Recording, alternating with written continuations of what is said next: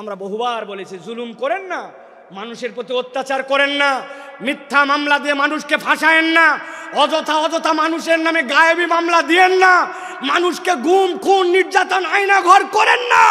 আমরা কোরআন হাদিস দিয়ে শতবার বুঝাইছি, তারা বলছে আমাদেরকে ধরে কে? আল্লাহ বলছেন ইন্না বাতশা রাব্বিকা লাশাদীদ, ধরে না, কিন্তু আল্লাহ ধরলে ছাড়ে না। সাবধান করা আমাদের দায়িত্ব। যদি না মানি, আল্লাহ বান্দার সাথে কি করবেন এটা আল্লাহর ফয়সালা, ঠিক কি না? চোখের সামনে সব প্রমাণ, আপনি তারপরে প্রমাণ খুঁজে পান না। যাদেরকে আপনি অপমান করে অপদস্থ করে দেশ থেকে বের হতে বাধ্য করেছিলেন, যাদেরকে মিথ্যা মামলা দিয়ে অন্যায় করে জাতির সামনে লাম্পট্য চরিত্রের অপবাদ দিয়ে ভিতরে ঢুকিয়েছিলেন, আল্লাহ তাদেরকে এমন সম্মানিত করেছেন, তারা আজকে মঞ্চে বক্তব্য দেয়, তাদের কথা শোনার জন্য লক্ষ মানুষ আসে। আর যারা বাধা দিয়েছিল, অন্যায় করেছিল, তাদেরকে খুঁজে পাওয়া যায় না, ঠিক না?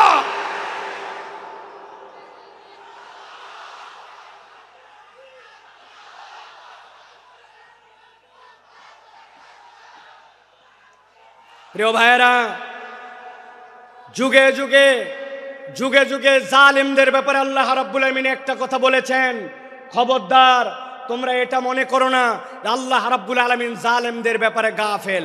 আল্লাহ জালেমদের ব্যাপারে গাফেল নন, আল্লাহ রাব্বুল আলামিন খবর রাখেন। কিন্তু আল্লাহ রাব্বুল আলামিন কিভাবে ধরবেন এটা তোমার হিসাবের মধ্যে কুলাবে না। আজকে আল্লামা মামুন আল হক আপনাদের সামনে কথা বলবেন, এই একটা মানুষকে নিয়ে যে পরিমাণ অপমান অপদস্থতা তারা দেখিয়েছে, একজন আলেমে দ্বীনের হাতের মধ্যে হাত করা লাগিয়েছে, পায়ের মধ্যে ডান্ডা বেরি লাগিয়েছে, মাথার মধ্যে বারবার বলেছেন আমাদের ভয় নাই, হেলমেটটা পরায়ও না, শুধু জাতির কাছে অপদস্থ করার জন্য মিথ্যা বুলেট প্রুফ জ্যাকেট, মিথ্যা মাথার মধ্যে হেলমেট, এইগুলো দিয়ে আলেমকে অপমানিত করতে চেয়েছে। আল্লাহ দেখায় দিয়েছেন অপমান যারা করেছিলে আজকে তোমাদের পরিণতি কি। এই জন্য আমরা বলতে চাই, এখনো যারা আছেন, আগামীতেও যারা আসবেন, আপনারা যদি মনে করেন একদল গেছে আমরা সামনে বাপের বেটা, আপনাদেরকেও সতর্ক করতে চাই, আলেম ওলামা ইসলামপন্থী কোরআনওয়ালা তাদের সাথে বেয়াদবি করলে দুনিয়া আখিরাতে আল্লাহ তাদেরকে ছাড় দিবে না। সাবধান হয়ে চলবেন, সাবধান হয়ে চলবেন। এটা আমাদের কথা নয়, আল্লাহ রাব্বুল আলামিনের কথা। আল্লাহ রাব্বুল আলামিন বলছেন, ভালো করে জেনে রাখো দুনিয়ার মানুষ, ওয়ামা খলাকতুল জিন্না ওয়াল ইনসা ইল্লা লিয়াবুদুন, আমি জিন আর ইনসান এখানে কাউকে খাস আর আম করি নাই, গণভাবে তোমাদেরকে আল্লাহর ইবাদতের জন্য সৃষ্টি করেছি। অতএব তুমি যদি আল্লাহর আবদ হও, সেটা যেখানেই হোক না কেন, আল্লাহর উবুদিয়্যাতের মধ্যে ঢুকতে পারলে নিষ্কৃতির পথ আছে, আল্লাহর উবুদিয়্যাতের মধ্যে ঢুকতে না পারলে বাঁচার দ্বিতীয় কোনো রাস্তা নাই। আল্লাহ রাব্বুল আলামিন আমাদেরকে যেন এই কথাগুলি বোঝার তৌফিক দান করেন, বলেন আল্লাহুম্মা আমিন। প্রিয় ভাইয়েরা, আমি মূল আলোচনার মধ্যে প্রবেশ করব, তবে তার আগে এতক্ষণ যেটি বললাম এটা আমার নিজস্ব চিন্তা চেতনায় আমি খেয়াল করে দেখেছি। আমাদের যে মাহফিলগুলো হয়, এই মাহফিলগুলোতে আমাদের যারা শ্রোতারা আসেন তারা একটু এলোমেলো বাউন্ডারিহীন আসেন। কি শুনলাম আর কি শুনবো, খানিকক্ষণ আসলাম, স্লোগান দিলাম, তকবির দিলাম, হই হই করলাম, চলে গেলাম। এই মাহফিল বড় মাহফিল, লোক দেখানোর মাহফিল করে লাভ নাই। এই জন্য আমি চিন্তা করি যেখানেই যাই আগে অন্তত একটু আইল দেই, আইল বাঁধা। আইল চেনেন আপনারা? ভাই আইল যদি না থাকে পানি বাঁধবে? কথা বললেন না, পানি বাঁধবে? আসলে আমাদের থেকে অনেক ডিস্টেন্স হয়ে গেছে আপনাদের, তাই না ভাই? একটু দূরে চলে গেছেন আপনারা। প্রিয় ভাইয়েরা, আল যদি না থাকে তাহলে পানি যেরকম বাঁধে না, তো আমাদের জীবনে আমি যে কথাটা শুনবো এই কথাটার আগে একটা আল লাগবে, যে আমি কেন এই কথাটা শুনতেছি, এই কথাটা আমার শোনা কেন জরুরি। আমি তো আল্লাহ রাব্বুল আলামিনের পূর্ণ ইতাআতে ঢুকতে চাই, কিন্তু আমার জীবন ভর এমন অপরাধ, এমন ভুলভ্রান্তি যে আমি কোনো লাইন খুঁজে পাই না, আমি কোন লাইনে যাব। তো ওই লাইনটা বোঝানোর আগে আমি একটু আইল দিলাম। এখন আপনাদের সহযোগিতা নিয়ে আমরা সরাসরি একটু তাফসীরের মধ্যে প্রবেশ করতে চাই। আপনারা প্রবেশ করতে চান? আছেন আপনারা ইনশাআল্লাহ? কারা কারা আছেন দুই হাত উঁচু করে একটু দেখান। কথা বলবেন না, কোনো কথা বলবেন না, চুপচাপ হাত নামান, হাত নামান, হাত নামান। হাত নামান, থামেন থামেন, তকবির দিয়েন না ভাই, কত সময় সংক্ষেপ, আপনাদের অনেক আবেগ আমরা জানি, তকবির দিয়েন না। একটু আপনাদের মোবাইলের লাইট আছে? আছে? একটু শার্ট করে 5 সেকেন্ড সময় দিলাম, জ্বলায় ফেলেন দেখি। হ্যাঁ, একটু জ্বলায় ফেলেন। যার যার মোবাইল আছে কথা বলবেন না, একটা কথা হবে না, একজনও না। জ্বলাইছেন? এবার হাতটা উঁচু করেন, 2 হাত 2 হাত। যারা জ্বলাতে পারে নাই শিখায় দেন কেমনে জ্বলাতে হয়। হাত উঁচু করেন, হাত উঁচু করছেন, শক্ত করেন, শক্ত, একটু শক্ত, একটু ডানে দিকে নড়া দেন, এবার একটু বামে দেন, এবার একটু সামনে দেন, একটু পিছনে দেন, এবার একটু পিছনে টানা দেন, টানা দেন। এবার হাতটা সোজা করেন, সোজা সোজা সোজা করেন। এবার হাতটা এরকম করে নড়াচড়া দেন, 2 দিকে নড়াচড়া দেন। এবার হাতটা সোজা করেন, স্ট্রেট, নো নড়চড়। গলাটা পরিষ্কার করেন, ভালো করে দিছেন। এবার আমরা আকাশ বাতাস মুখরিত করে আল্লাহর একটা তাকবীর দিয়ে আলোচনার মধ্যে প্রবেশ করতে চাই। যারা আসমান জমিন মুখরিত করে একটা তাকবীর দিতে পারবেন তারা বলেন আল্লাহুম্মা আমিন। এই স্বেচ্ছাসেবক ভাইয়ের, আপনারা দিবেন না তাকবীর? নাকি আপনারা ওয়াজের বাইরে? আপনারা তো ওয়াজের ভিতরে। হাত সোজা করেন। কারা কারা জ্বলাতে পারে নাই শিখায় দেন, হাত সোজা করেন। সোজা করছেন? আল্লাহুম্মা আমিন বলেন। এবার একটা আকাশ বাতাস মুখরিত করে তাকবীর দেখতে চাই। আমি আল্লাহু আকবার আসতে বলবো, লিল্লাহি তাকবীর, আপনারা জোরে করে আল্লাহু আকবার বলবেন, যাতে কোনো বিতাড়িত শয়তান এখানে থাকতে না পারে। পারবেন ইনশাআল্লাহ? দেখে এটা তাকবীর দেন, লিল্লাহি তাকবীর, লিল্লাহি তাকবীর। আল কোরআনের আলো, আল হাদিসের আলো, তোমার নেতা আমার নেতা, তোমার নেতা আমার নেতা। আলেম ওলামা যেখানে, আল্লাহর আইন যেখানে, লিল্লাহে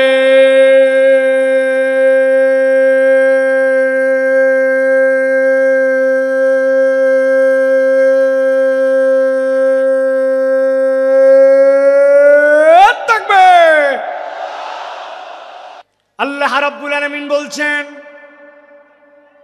কুরআনুল কারীমের মধ্যে, তাবৎ পৃথিবীর মানুষ কিয়ামত পর্যন্ত যারা আসবে তাদেরকে আল্লাহ রাব্বুল আলামিন জানায় দিচ্ছেন, দুনিয়ার মানুষ, মা আসাবা মিন মুসিবাতিন ইল্লা বিইজনিল্লাহ। দুনিয়াতে তোমাদের যত বালা, যত পরীক্ষা, যত মুসিবত, যত ধরনের দুনিয়াতে তোমাদের সামনে বিপদ আপদ আসুক না কেন, আল্লাহ বলছেন কখনো বান্দা এইটা যেন ভাবে না যে এইটা আল্লাহ রাব্বুল আলামিনের জ্ঞানে বোধহয় নাই, আল্লাহ বোধহয় এ বিষয়ে বেখবর। আল্লাহ বলছেন তোমার জীবনে যত মুসিবত যাই আসুক না কেন, ইল্লা বিইজনিল্লাহ, আল্লাহর হুকুমের বাহিরে, আল্লাহর জ্ঞানের বাহিরে কোনোটি নয়। তাহলে আমাদের জিজ্ঞাসা, বিপদ আমাদের আসলো, মুসিবত আমাদের আসলো, নানান ধরনের কঠিন পরিবেশ পরিস্থিতি আমাদের উপর দিয়ে যায়, আল্লাহকে আমাদেরকে এইগুলা দিয়া পরীক্ষা করে করে মজা পান নাকি রব্বুল আলামিন? না না না, ঈমান এইটা নয়। আল্লাহ বলছেন মুসিবত তোমাদের যেরকমই হোক না কেন, আমি আল্লাহ তোমাদের জন্য জানাচ্ছি, ওয়া মান ইউমিন বিল্লাহ ইয়াহদি কলবাহু, কেউ যদি একবার তার রব হিসাবে আল্লাহ রাব্বুল আলামিনের প্রতি ঈমান আনতে পারে, আল্লাহর প্রতি বিশ্বাস করতে পারে, আল্লাহকে রব হিসাবে মেনে নিতে পারে, আর অন্তর থেকে এইটার রিফ্লেকশন যদি তার চলে আসে, আল্লাহ বলছেন ইয়াহদি কলবাহু, আল্লাহ ওই বান্দার জন্য হেদায়েতের ব্যবস্থা করে দেন। কোরআনুল কারীম যে বলল আপনাকে ইয়াহদি কলবাহু, তাফসীরের ভিতরে এসেছে, তাফসীরে কবীরের ভিতরে, তাফসীর ইবনে আশুরের ভিতরে মুফাসসিরিনে কেরাম ব্যাখ্যা করছেন, একজন ইমানদার ব্যক্তিকে আল্লাহ যে বলেছেন ইয়াহদি কলবা, এইটা বলার উদ্দেশ্য ওই বান্দার যত বড় বিপদ হোক আর যত বড় মুসিবত হোক না কেন, সে যদি রব হিসাবে আল্লাহকে চিনে ফেলতে পারে, আল্লাহ তার অন্তরের ভিতরে এমন একটা প্রশান্তি ঢুকায় দিবেন, ওই হেদায়েতের প্রশান্তি তাকে কখনো আল্লাহর রাস্তা থেকে বিচ্যুত করবে না। পরীক্ষা যত যতই আসুক ওই বান্দার অন্তরটা আল্লাহর উপরে স্টেবল থাকবে। সুবহানাল্লাহ। আল্লাহ রাব্বুল আলামিনের এই কথাটা বোঝার জন্য আমি একটা উদাহরণ দিব, ভালো করে সারা জীবন মনে রাখতে হবে। যে কয়টা উদাহরণ দেব নাম্বার দিয়ে গুনে গুনে মনে রাখতে হবে। এইটা হচ্ছে উদাহরণ নম্বর 1। কয় নম্বর? কথা বলেন, ভালো করে খেয়াল করেন। সুন্দরবনের পাশে এক লোকের বাড়ি, একটা মহল্লা আছে সুন্দরবনের পাশে। ওই মহল্লায় সুন্দরবনের পাশে কিছু মানুষ বসবাস করে। এক ব্যক্তির একটা পুকুর আছে, পুকুরটা ধরেন 2 বিঘার। এই বছর বন্যা উঠেছে, বন্যার কারণে পুকুরের ভিতরে পানি ঢুকছিল। সাধারণত পুকুরের মধ্যে যখন পানি ঢুকে বন্যায় কিছু মাছ ঢোকে, ঠিক কিনা? বেরো হয় কিন্তু কিছু মাছ আছে। ওই লোক চিন্তা করছে এই বছর আমি পুকুরটাকে একবারে ছেঁচে পরিষ্কার করে সব মাছ ধরে ফেলবো। পুকুরটা ছেঁচবে কিন্তু পুকুরের মধ্যে কচুরি পানা, দল পানা। যশোরের লোক কি বলেন ভাই? পানা বলেন, পানা। কচুরি পানা অনেক। ওই কচুরি পানার কারণে স্বাভাবিক মাছ ধরা যায় না। সরায় সরায় মাছগুলা ধরছে। ধরার পরে পুকুরের কোনো পানি নাই, কিন্তু ওই যে পলি পড়েছে পুকুরের মধ্যে আর পুকুরের কাদা, ওইগুলা দিয়ে পুকুরে 1-2 হাত পর্যন্ত কাদায় ক্যাতক্যাতা। আর পুকুরের মধ্যে কচুরি পানা। ওই এলাকার একটা লোকের একটা গরু আছে, গরুটা ছেড়ে দেওয়া, সারাদিন খায় দায়, সন্ধ্যাবেলা বাড়িতে ফেরত আছে। ওই গরু কচুরি পানা কিন্তু গরুর পছন্দ। গরু চিন্তা করছে এত সুন্দর কচুরি পানা এখন যেরকম মাটির সাথে লেগে গেছে, এখন তো খাওয়া যায়। পুকুরের পাড়ে যে কচুরি পানা খেতে শুরু করেছে, 1-2টা করে খায় আর কচুরি পানা খায়, মজা পায়। মজা পেতে পেতে গরুটা আস্তে করে পুকুরের মাছ বরাবর চলে গেছে। যাওয়ার পরে কাদার খেয়াল করে নাই, সামনের 2 পা ভস করে ঢুকে গেছে ভিতরে। যেই না পা ঢুকছে, এখন পিছনের পা উঠানোর জন্য তুলতে যায়।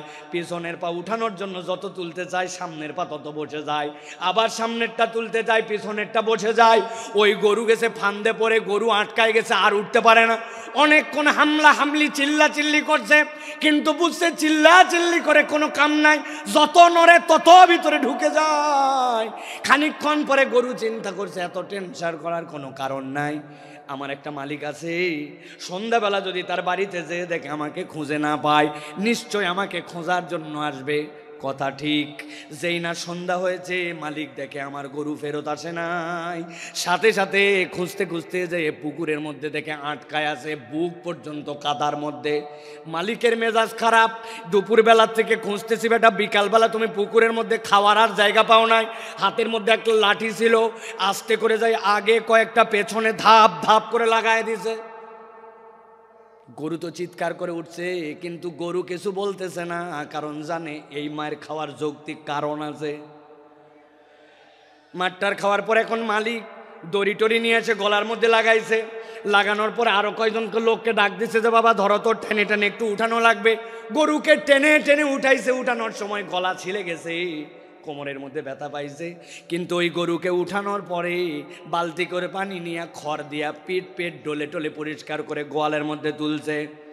ঠিক ওই রাত্রেই ধরেন একটা ঘটনা ঘটে গেছে। একটা বাঘ সুন্দরবন ছেড়ে মহল্লার মধ্যে আসছে, একটা হরিণ তারা করে ধরবে। এমন সময় হরিণটা যখন পালায়ে যাচ্ছে, বাঘের আর আইডিয়া নাই যে পুকুরের মধ্যে পানি আছে না নাই।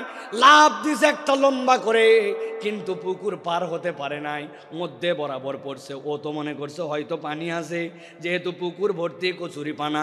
ধাপ করে পুকুরের মধ্যে যেই না পড়ছে, 2 হাত 2.5 হাত কাদা, ক্যাত ক্যাত করে কাদার মধ্যে আটকায় গেছে। বাঘের শক্তি অনেক, কিন্তু যতই ওঠার চেষ্টা করছে 10-15 মিনিট উঠতে পারে না। কাদার ঠেলায় ক্যাত ক্যাতায় বুক পর্যন্ত আটকায়, এক পর্যায়ে শক্তি নিঃশেষ। বুক পর্যন্ত আটকায় সারা রাত। যখন সে আটকায় গেছে তখন জোরে জোরে করে 2টা হুঙ্কার ছাড়ছে। এলাকার মানুষ মনে করছে হায় হায়, মহল্লার মধ্যে বাঘ ঢুকে গেছে, দরজা লাগাও, খিল লাগাও, বাচ্চা কাচ্চা সামলাও। যে যার বাচ্চা কাচ্চা সামলায় টামলায় রাত কোনো রকম ভয়ে ভয়ে পার করছে, কেউ ঘুমায় নাই। সকাল যখন হয়েছে, 1-2জন সাহসী লোক বেরিয়ে দেখতেছে বাঘের খবর কি। একজন খবর দিছে, আরে বাঘ তো নিজে মারতে আসে নাই, উল্টা ফান্দে পড়ছে। দেখ দেখ পুকুরের মধ্যে বাঘ আটকায় আছে। যার কাছে যা ছিল বাঁশ লাঠি সবগুলা নিয়ে যায় ধামা ধাম মার। একজন ইয়াং ছেলে বলছে, চাচা একটু সাইড দেন। বলে, তুই কই যাবি? বলে, আমি ছোট মানুষ, কিন্তু বড় হয়ে যেন গল্প করতে পারি, আমি পিটায় বাঘ মারছিলাম, আমাকে একটু মারার চান্স দেন। আরেক মহিলা কোলে করে বাচ্চা নিয়ে আসছে, বাচ্চা নিয়ে আসে বলছে, আপনার বলে, আমার ছোট বাচ্চা, কোলের বাচ্চা, কিন্তু হাতে একটা লাঠি আছে বাবা, জীবনে একটা সুযোগ অন্তত দাও যাতে বাঘকে একটুখানি আমি মারতে পারি, বাঘ মারে অন্তত বড় হয়ে বলতে পারবে মায়ের কোলে থেকে বাঘ মারছে। কথা ঠিক না? ভালো করে বোঝেন, জিজ্ঞাসা করব, মুসলমান সারা দেশ থেকে এখানে আসছেন আপনারা, শুধু যশোরের না, জিজ্ঞাসা করে উত্তর দেন, আপনার আমার দৃষ্টিভঙ্গিতে একটা গরু বেশি শক্তিশালী না বাঘ? কথা বললেন না, শুনতে পাই নাই। গরু না বাঘ? বাঘ বেশি শক্তিশালী, কিন্তু গরুর একজন স্থানীয় মালিক থাকার কারণে, একজন তত্ত্বাবধায়ক থাকার কারণে, কাদার মধ্যে আটকানোর পরেও সন্ধ্যাবেলা তুলে নিয়ে গেছে, কিছু মায়ের হয়তো খাইছে, কিন্তু বিপদ থেকে উদ্ধার পাইছে। কিন্তু বাঘের স্থানীয় মালিক না থাকার কারণে যতই শক্তি থাক, আটকাইছে তো আটকাইছে, উল্টা বাঁশ জলা খায় মরা লাগছে। ঠিক না?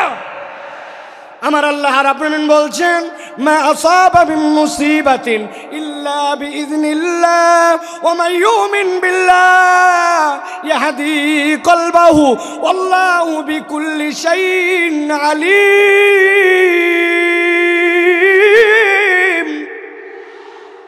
এই দুনিয়ার মানুষ, তুমি ভালো করে জেনে রাখো, বিপদ তোমার যত হোক, মুসিবত তোমার যত হোক, তুমি আল্লাহর প্রতি যদি ঈমান আনার মতো আনতে পারো, তোমার একজন তত্ত্বাবধায়ক আছে, যার মালিক, যার তত্ত্বাবধায়ক আল্লাহ। দুনিয়ার কেউ তাকে দাম না দিলেও ওই লোকের কোনো ভয় পাওয়ার কারণ নাই। আর যদি মনে করেন আমেরিকা আমার তত্ত্বাবধায়ক, কানাডা আমার তত্ত্বাবধায়ক, পাশের দেশ আমার তত্ত্বাবধায়ক, তাহলে আমি আপনার কাছে একটা কথা পরিষ্কার করে জানতে চাই এবং বুঝাতে চাই। বুঝে থাকলে বলবেন তো ভাই, আমেরিকা কি আল্লাহর দুনিয়ার ভেতরে না বাইরে?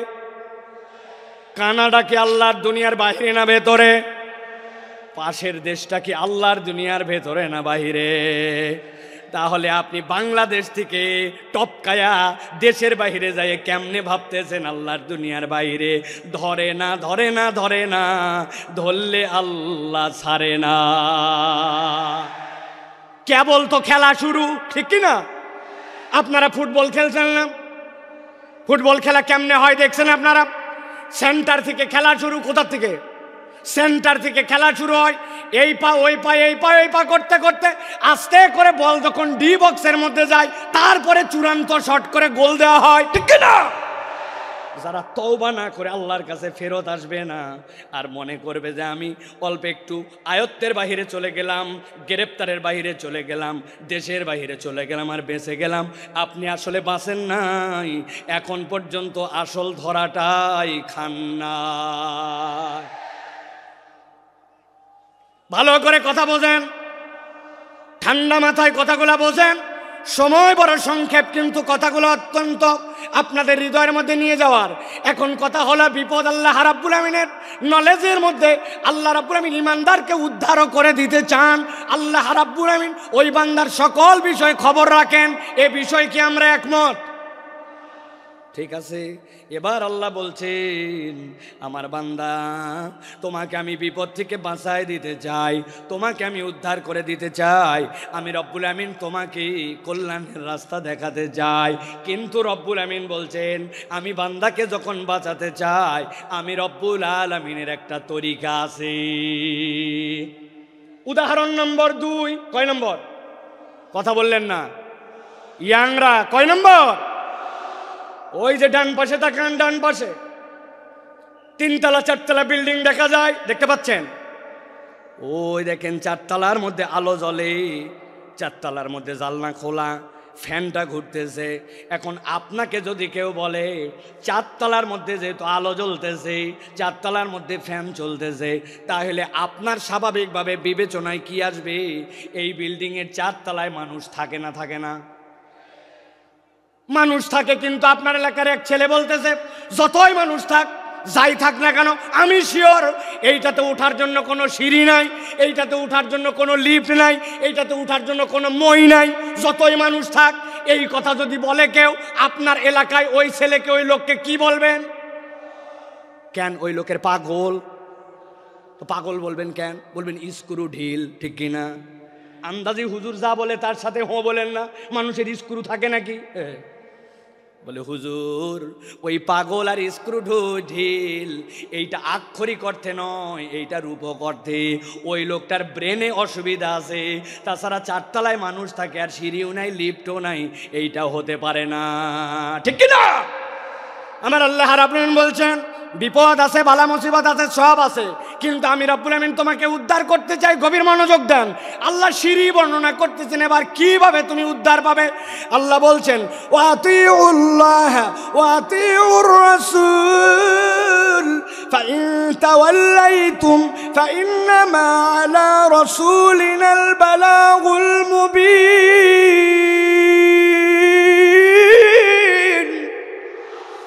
আমার রব্বুল আমিন বলছেন বান্দা তোমাকে আমি বিপদ দিয়েছি শেষ করে দেওয়ার জন্য নয়, ধ্বংস করে দেওয়ার জন্য নয়। দুনিয়ার কোনো মানুষকে আমি জাহান্নামে দেওয়ার জন্য সৃষ্টি করি নাই। আমি আল্লাহ তোমাকে সিঁড়িটা বলে দিতে চাই। আল্লাহ বলছেন 1 নম্বর সিঁড়ি ওয়াতিউল্লাহ। 1 নম্বরে আল্লাহ রাব্বুল আলামিনের পূর্ণ ইতাআত করা লাগবে। আমি আপনাদের কাছে জিজ্ঞাসা করতে চাই, অত জোরে না বললেও সমস্যা নাই, কিন্তু বুঝে সুঝে বলবেন। আল্লাহ রাব্বুল আলামিনের যে ইতাআত করা লাগবে এ বিষয়ে কি আমাদের কোনো সন্দেহ আছে? কিন্তু আমরা কি আল্লাহ রাব্বুল আলামিনের পূর্ণ ইতাআত করি? আমরা পূর্ণ ইতাআত করি না।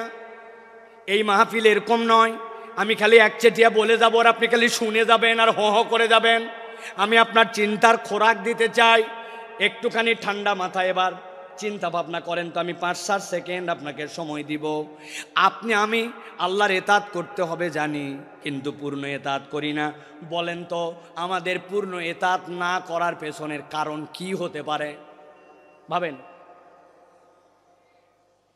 চিন্তা করেন। আপনি একটু 5-7 সেকেন্ড মনে মনে একটা কিছু চিন্তা করেন। আপনাদের এক একজনের এক এক ধরনের আপনাদের চিন্তার উদয় হয়েছে কিনা ভাই? আমি আপনার কাছে একটা সামারি করি, দেখেন তো আমার চিন্তার সাথে আপনার চিন্তার সাথে সমন্বয় হয় কিনা। আল্লাহর ইতাআত করতে হবে কিন্তু পূর্ণ ইতাআত করি না। আমি আমার ক্ষুদ্র দৃষ্টিভঙ্গিতে দেখেছি এর অন্যতম কারণ হচ্ছে আমরা আল্লাহ রাব্বুল আলামিন যে আমাদের জন্য রাজ্জাক আর রব, আল্লাহর রাজ্জাক আর রুবুবিয়্যাতের মূল পরিচয় আমরা ওয়াকিফাল নয়, ঠিক কি না? আপনি বলবেন হুজুর আমি আমার রাজ্জাক রবকে চিনি। কেমনে চিনেন? আমার বাড়িতে খাবার অভাব নাই, আমার বাড়িতে বাজার হাট নিয়ে চিন্তা নাই। আল্লাহ আমাকে আলহামদুলিল্লাহ যথেষ্ট খাবার, যথেষ্ট আমার বাজার, যথেষ্ট চাল ডাল আমাকে দিয়েছে। আপনি যদি মনে করেন আল্লাহ আপনাকে চাল ডাল আর খাদ্য এইটাতে একমাত্র আপনার জন্য রাজ্জাক, আপনি তাহলে আল্লাহর রাজ্জাক নামের 1% কেবল চিনছেন, বাকিটুকু আপনি চিনেন নাই। আল্লাহ নিজের পরিচয় দিয়েছেন, ইন্নাল্লাহা হুয়ার রাজ্জাকু যুল কুওয়াতিল মাতিন। আল্লাহ বলছেন বান্দা জেনে রাখো আমি তোমার এমন রব যুল কুওয়াতিল মাতিন, যেই রবের রাজ্জাকের ব্যাপারে তুমি বান্দা বেখবর। আমি আপনার কাছে একটু বুঝাতে চাই যে রাজ্জাকের আল্লাহর এই রাজ্জাকের বোধ আমার মধ্যে আসলে আমি কিভাবে আল্লাহকে মেনে নিতাম। একটু ঠান্ডা মাথায় আপনাদের কাছে জিজ্ঞাসা করব, আপনারা বুঝে সুঝে উত্তর দিবেন। আপনাদের বাড়িতে বাথরুমে আপনারা স্যান্ডেল ব্যবহার করেন? কথা বলেন। বাথরুমে টয়লেটে স্যান্ডেল ব্যবহার করেন? আমরা তো অন্তত বাঙালিরা আলহামদুলিল্লাহ দিকে আগায়া। পার্শ্ববর্তী দেশের কথা বাদ দিলাম, ওরা এখন পর্যন্ত তো খালি টয়লেটে বাথরুম করুন বাথরুম করুন এই বিজ্ঞাপনই শেষ করতে পারে নাই। ওরা এখনো তো সভ্যই হতে পারে নাই। কিসের আন্দাজি ফাপড় দালালি করো তোমরা? এখনো জায়গা মতো বাথরুম করতে শিখো নাই। মুখ ঢাকায় বসে থাকে, পিছনে সবাই দেখে, মনে করে আমি দেখতেছি না মানে কেউ দেখতেছে না। ভালো করে বোঝেন, আপনার আমার টয়লেটের মধ্যে বাথরুমের মধ্যে স্যান্ডেল আছে না? বলবেন হুজুর বাথরুমের টয়লেটের স্যান্ডেলের সাথে আবার রাজ্জাক কেমনে বুঝলেন? ভালো করে খেয়াল করেন। আপনাকে বলছে আপনার স্ত্রী, আপনার মা, বাবারে তোর আব্বা বাথরুমে গেছিল, পা পিছলায় গেছে। কেন পা পিছলালো মা? জুতার তলাটা ক্ষয়ে গেছে রে বাপ, নতুন একটা স্পঞ্জ স্যান্ডেল নিয়ে আসিস তো, কেননা জুতা দেখতেছি নিচে পিছলা হয়ে গেছে। আপনার আমার এরকম হয় কি না? আপনার আমার জুতার তলা পিছলা হয়। কতটুকু আপনি বাথরুমে স্যান্ডেল ব্যবহার করেন একবার খেয়াল করে দেখেন। ঢুকলেন একটু, পড়লেন একটু, বেরোলেন, কিন্তু ওই জুতার তলা খোয়ায় যায় 6 মাস টিকে না। কিন্তু আপনি আমি দুনিয়ার বুকে এত চলাফেরা করলাম, কত ফুটবল খেললাম, কত ধান লাগালাম, কত মাটির মধ্যে দিয়ে হাঁটা চলা করলাম, বয়স বাড়তে বাড়তে 20, 30, 40, 50 বছর হয়ে গেল। আপনি একবার ভাবলেন না আপনার পায়ের তলার জুতার তলা ক্ষয়ে যায়, কিন্তু আপনার পাও তো ক্ষয়ে যেতে পারত। বান্দার পায়ের তলা যদি খোয়াইতো তাহলে যশোর অঞ্চলে যেগুলার বয়স 60-70 বছর, রাস্তায় খালি কাল্লাগুলা ঘোরাফেরা করার কথা। কিন্তু রব্বুল আলামিন আপনাকে রিজিক দিলেন, এইটা আপনার রিজিক যে আপনার পায়ের তলা খোয়ায় না। 19 বছর হলেই চুল রাখছি মাথায়, সুন্নত, কিন্তু এই চুল বড় হওয়ার পরে কাটছি কত শতবার, হিসাব নাই। কিন্তু আপনি কল্পনা করছেন মাথার চুল কত কাটলেন, কিন্তু ভুরুর চুল কতবার কাটা লাগছে? না, আপনার ভুরুর চুল কাটা লাগে নাই, মাথার চুল কাটা লাগছে। যেখানে যা করা লাগবে রব্বুল আমিন এইগুলা সমন্বয় করে আপনার জন্য দিলেন। আঙ্গুল, এই নখগুলো আপনি কত কাটলেন, বুধবার, বৃহস্পতিবার, শুক্রবারে আসার আগে, আপনি জুমাবারে আসার আগে নেলগুলা কেটে ফেলেন, নখগুলা বাড়লো। কিন্তু ওই 2 বছর বয়সে আপনার দাঁত উঠে গেছে। অনেক বাচ্চা কাচ্চার 13-14 মাসেও দাঁত উঠে যায়। ওই দাঁত উঠার পরে এই যে আমার দাঁত এই পর্যন্ত এসে দাঁড়ায় গেল, 70 বছর দাঁত আর বাড়লো না, কিন্তু নখ বেড়ে গেল। কে আপনার এইটা নিয়ন্ত্রণ করে? আল্লাহ বলছেন তুমি চিনতে পারো নাই, তোমার রব যিনি রাজ্জাক তিনি এইগুলা তোমার জন্য নিয়ন্ত্রণ করে। ভালো করে বলছেন। আল্লাহ বলছেন ওয়াতিউল্লাহ, আল্লাহকে ইতাআত করো। আর আপনি আল্লাহ রাব্বুল আলামিনের কোন নিয়ামত খুঁজে পান না। আপনি কখনো কল্পনা করেন নাই যে দুনিয়ার মানুষ যা কিছু করে অবচেতন মনে বেশি করে? বুঝাতে পারি নাই? মানুষ চেতন মনে নয়, অবচেতন মনে বেশি কাজ করে। বলবেন হুজুর কেমনে? ভালো করে খেয়াল করেন।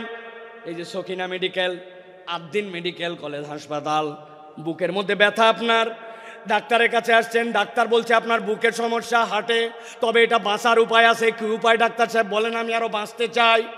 পরামর্শ দিছে, কোনো টেনশন নাই, তবে একটা সাবধানতা অবলম্বন করতে হবে। 1 মিনিটে আপনাকে শ্বাস নিতে হবে 20 বার। যদি 21 বার নেন ঝামেলা আছে, আর যদি 19 বার নেন ঝামেলা আছে। এখন আপনি বাড়িতে আসছেন প্রেসক্রিপশন নিয়ে, এরপরে আপনি এখন হাতে সব সময় শুধু ঘড়ি, কারণ আপনাকে 1 মিনিটে কয়বার শ্বাস নিতে বলছে? 20 বার।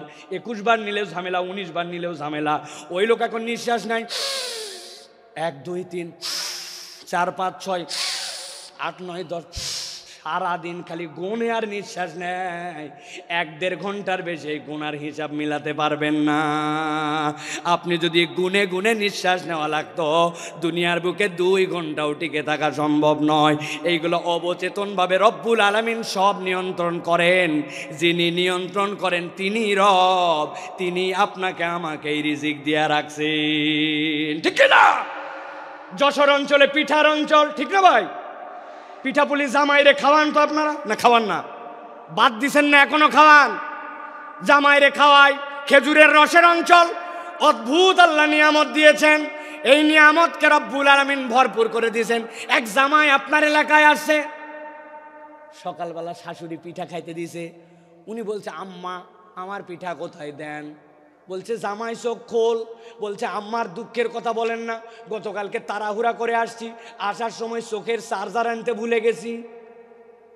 কি আপনার চোখ যদি চার্জার দিয়ে চার্জ দেওয়া লাগতো, আপনার মোবাইল একদিন গেলে বন্ধ হয়ে যায়, অথচ সারাদিনে 22,000 বার চোখের পলক ফেলছেন। একটা পলকের ডিউরেশন সর্বোচ্চটা 24 সেকেন্ড হতে পারে, যেটাকে পলক হিসাবে কাউন্ট করা হয় সময়ের ক্ষেত্রে। কিন্তু আপনি 22,000 বার চোখের পলক ফেলেছেন, কোনোদিন হিসাব করেন নাই। যিনি এইটা অকৃত্রিমভাবে খরায় যাচ্ছেন তিনি আপনার আমার রব রাজ্জাক। সুবহানাল্লাহ বলেন। 4টা জিনিস জিজ্ঞাসা করবো, উত্তর দিতে হবে আপনাদেরকে। রেডি আছেন সবাই? রেডি? বলেন তো ভাই, ঝালের স্বাদ কেমন? ঝাল ঝাল। কাঁচা মরিচের স্বাদ কেমন? লবণ। বললেন না? রসগোল্লা, করল্লা। এখানে ডাক্তার সাহেব মহিউদ্দিন ভাই আছে না? অনেক ডাক্তার আছে না? তাদের কাছে যে শুনবেন, আপনি ঝাল খান, লবণ খান, যাই খান, তিতা খান, মিষ্টি খান, পেটের মধ্যে যেই না দিয়েছেন, সাথে সাথে আপনার কতকগুলা টক্সিন আসবে। আসার পরে ওইগুলো এটাকে মন্ডু বানাবে। মন্ডু বানানোর পরে ওইটাকে পেটের মধ্যে দিয়ে চিপে চিপে চিপে চিপে আস্তে করে যাবে। ওই রসগুলা যেই না বের হবে, ওইগুলা গ্লুকোজ হবে, ওইগুলা সব চিনিতে রূপান্তর হয়ে যাবে। যেই না আপনার পেটের মধ্যে চিনি হয়ে গেল, এরপরে আপনার চোখের জন্য যেইটা লাগবে, আপনার হার্টের জন্য যেইটা লাগবে, কিডনির জন্য যেইটা লাগবে, আপনার অঙ্গ প্রত্যঙ্গের জন্য যেখানে যেইটা লাগবে, সেইটা অটোমেটিক সার্কুলেট হয়। আপনি বলতেছেন এইটা আবার এমন কি? আমি অনেক সময় মজা করে বলি, এখানে আমার অনেক বাইকার বন্ধু আছে যারা মোটর সাইকেল চালায়, আছে কি না? হঠাৎ করে দেখে মোটর সাইকেল বন্ধ হয়ে গেছে, এদিকে কাট ওদিকে কাট, ঝুঁকা ঝুঁকি, দেখে নাই কি নাই। কথা বললেন না?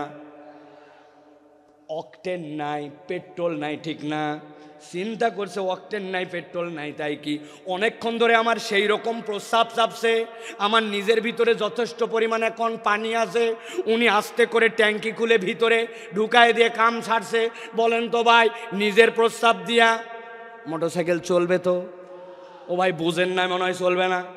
কেন চলবে না? আমার মোটরসাইকেল, আমার প্রস্রাব চলবি না মানে? বলে হুজুর, মোটরসাইকেল চলার জন্য আলাদা করে পেট্রোল লাগে, ব্রেক করার জন্য ব্রেক অয়েল লাগে, ইঞ্জিনের জন্য ইঞ্জিন অয়েল লাগে। এক জিনিসের কত ফাংশন আলাদা আলাদা করে আপনাকে দিতে হয়। আর আপনি খেয়ে নিচ্ছেন, আপনার বডিটাকে চলানোর জন্য আপনাকে টেনশন করতে হয় না, সবগুলোকে প্রক্রিয়া করে রব্বুল আলামিন চলান। আল্লাহ বলছেন, বান্দা যদি একবার বুঝতো যার নির্দেশে আর যার পথ নির্দেশে তার শরীরটা চলে, তাইলে এই কৃতজ্ঞতা যদি তার মধ্যে ঢুকে যেত, ওই বান্দা কখনো আল্লাহর ইতাআতকে ছাড়তে পারে না, ঠিক কি না? আমার আল্লাহ রাব্বুল আলামিন এর জন্য বলছেন, ওয়াতিউল্লাহ ওয়াতিউর রাসূল ফাইন তাওয়াল্লাইতুম ফাইন্নামা আলা রাসূলিনাল বালাগুল মুবিন।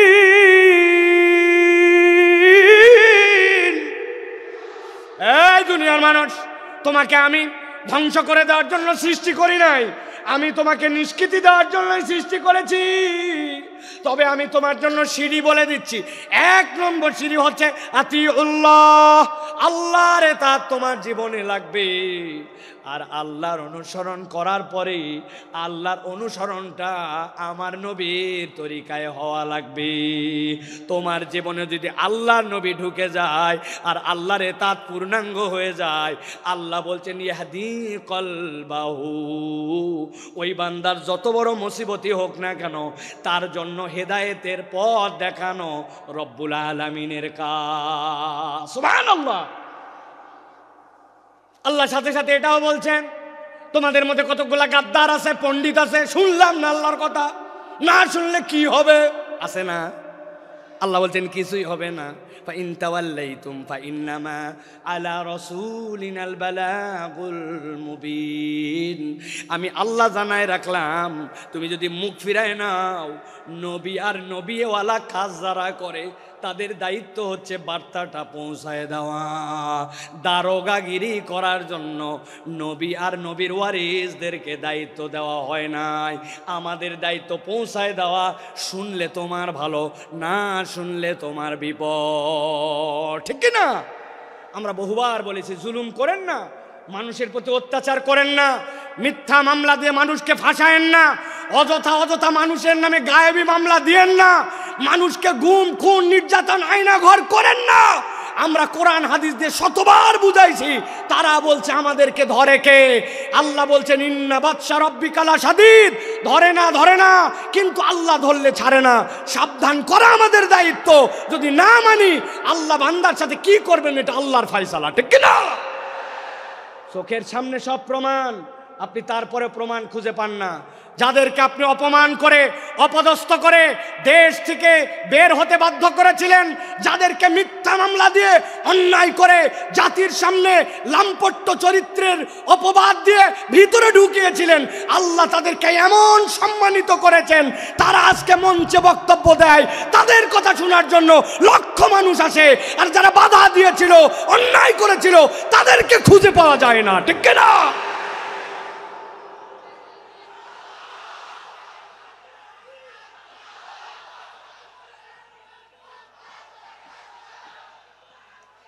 প্রিয় ভাইয়েরা, যুগে যুগে যুগে যুগে জালিমদের ব্যাপারে আল্লাহ রাব্বুল আলামিন একটা কথা বলেছেন, খবরদার তোমরা এটা মনে করো না আল্লাহ রাব্বুল আলামিন জালেমদের ব্যাপারে গাফেল।